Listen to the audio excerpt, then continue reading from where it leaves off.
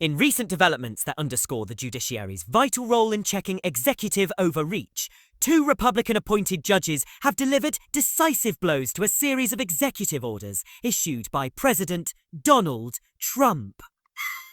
These orders, which sought to penalize law firms that were perceived as falling short of the administration's expectations, have now been met with a rigorous judicial repudiation. This report examines the unfolding legal drama, the specific critiques raised by the judiciary, and the broader implications for the rule of law and the American legal community. The executive orders in question were designed to target certain law firms by essentially forcing them into a corner, an attempt to secure cooperation through punitive measures. Punitive. Notably, law firms such as Wilmer, Hale & Jenner and Block found themselves at the receiving end of these directives, with the orders threatening to strip these institutions of government contracts and restrict access to federal buildings. In effect, these measures appear to serve as a coercive tool, compelling law firms to bend the knee and acquiesce to the demands of an administration that had already demonstrated an inclination toward unorthodox governance. The judicial response to these orders has been swift and unambiguous. 2 federal judges, both appointed by Republican presidents, have taken a stand against what they described as unconstitutional practices. Judge John Bates, a judicial appointee of President George W.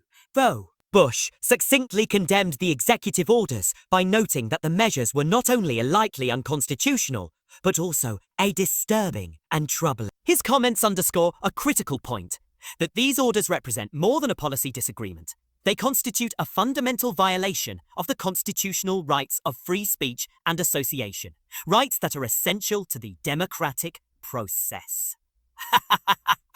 Judge Richard Leon, another judge appointed by President George W. Bush, further intensified the critique by highlighting the potential existential threat the orders pose to the targeted law firms. In his pointed remarks, Judge Leon emphasized that the administration's actions were tantamount to endangering the very survival of these legal entities. Among the orders was a provision mandating that federal contracts be cancelled with these firms, coupled with a draconian measure that prevented any of their lawyers from entering federal buildings, a provision Judge Leon encapsulated with a memorable rebuke. This is a government building. His rebuke was directed at the Department of Justice lawyer, Richard Larson, whose defense of the orders was met with incredulity. Judge Leon challenged Lawson by asking, "Have you practiced law? Have you had clients? Then use your common sense." Such comments leave little doubt that the judiciary sees these executive actions as emblematic of a broader disregard for constitutional principles. These judicial decisions have significant ramifications for both the Trump administration and the legal community. By decisively ruling against the executive orders, the judges have not only halted what they describe as lawless and unconstitutional actions, but have also sent a clear message about the limits of executive power. The judiciary's intervention effectively prevents the use of such orders as a tool for political retribution, reinforcing the constitutional safeguards that protect legal and political dissent.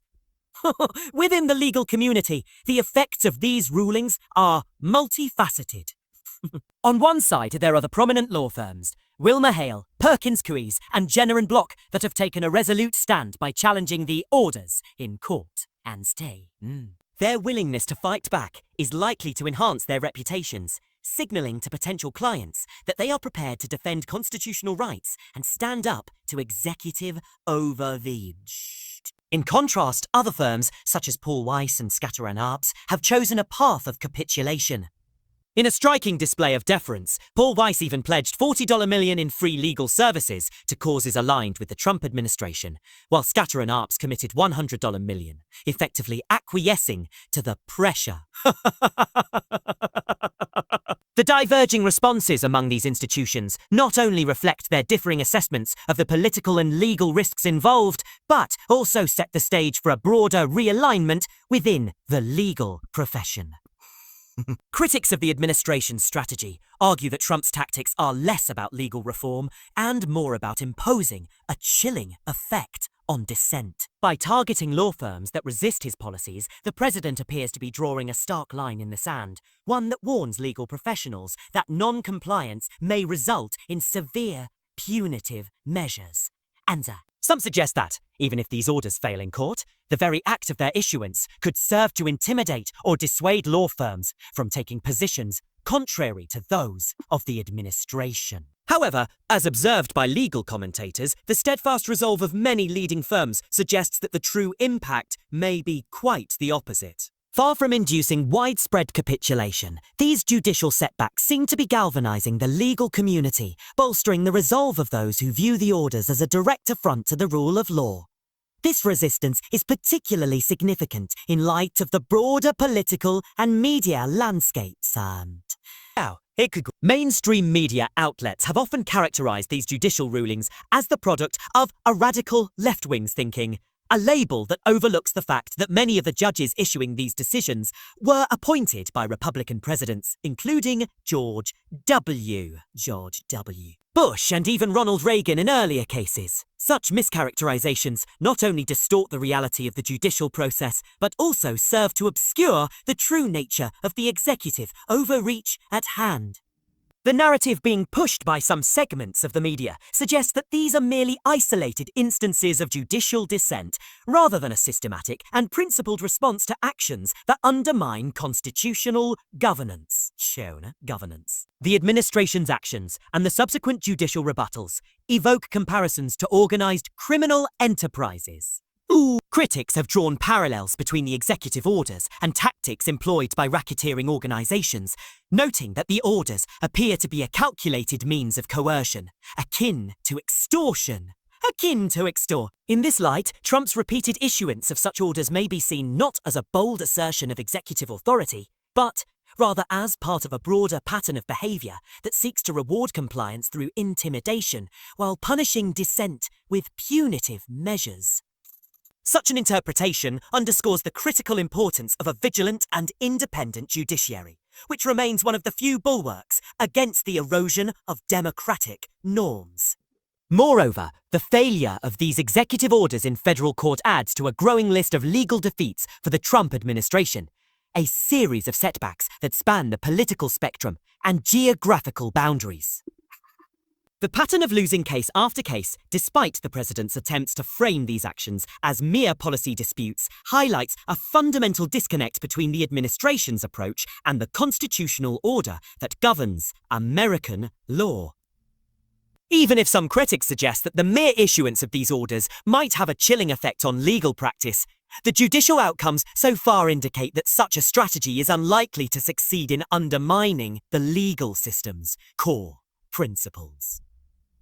In concluding, the recent judicial decisions represent more than just a legal victory for a handful of law firms. They are a reaffirmation of the principles enshrined in the Constitution. The steadfast stand taken by judges such as John Bates and Richard Leon demonstrates that no individual, regardless of their political stature, is above the law. These rulings also serve as a warning that attempts to subvert the legal process through coercive executive measures will be met with vigorous resistance from an independent judiciary committed to upholding democratic values. As the legal community and the broader public continue to grapple with these developments, one thing remains clear. The judiciary's role as a guardian of constitutional rights is as critical today as it has ever been. The measured and resolute responses by the courts send a powerful message that the rule of law will prevail over attempts at political coercion and that the integrity of legal institutions is not subject to the whims of political expediency. The implications of these events extend far beyond the immediate legal battles. They represent a pivotal moment in the ongoing struggle to preserve the foundational principles of American democracy. As more law firms choose to resist rather than capitulate, and as more judges take a principled stand against executive overreach, the landscape of legal practice is being irrevocably reshaped.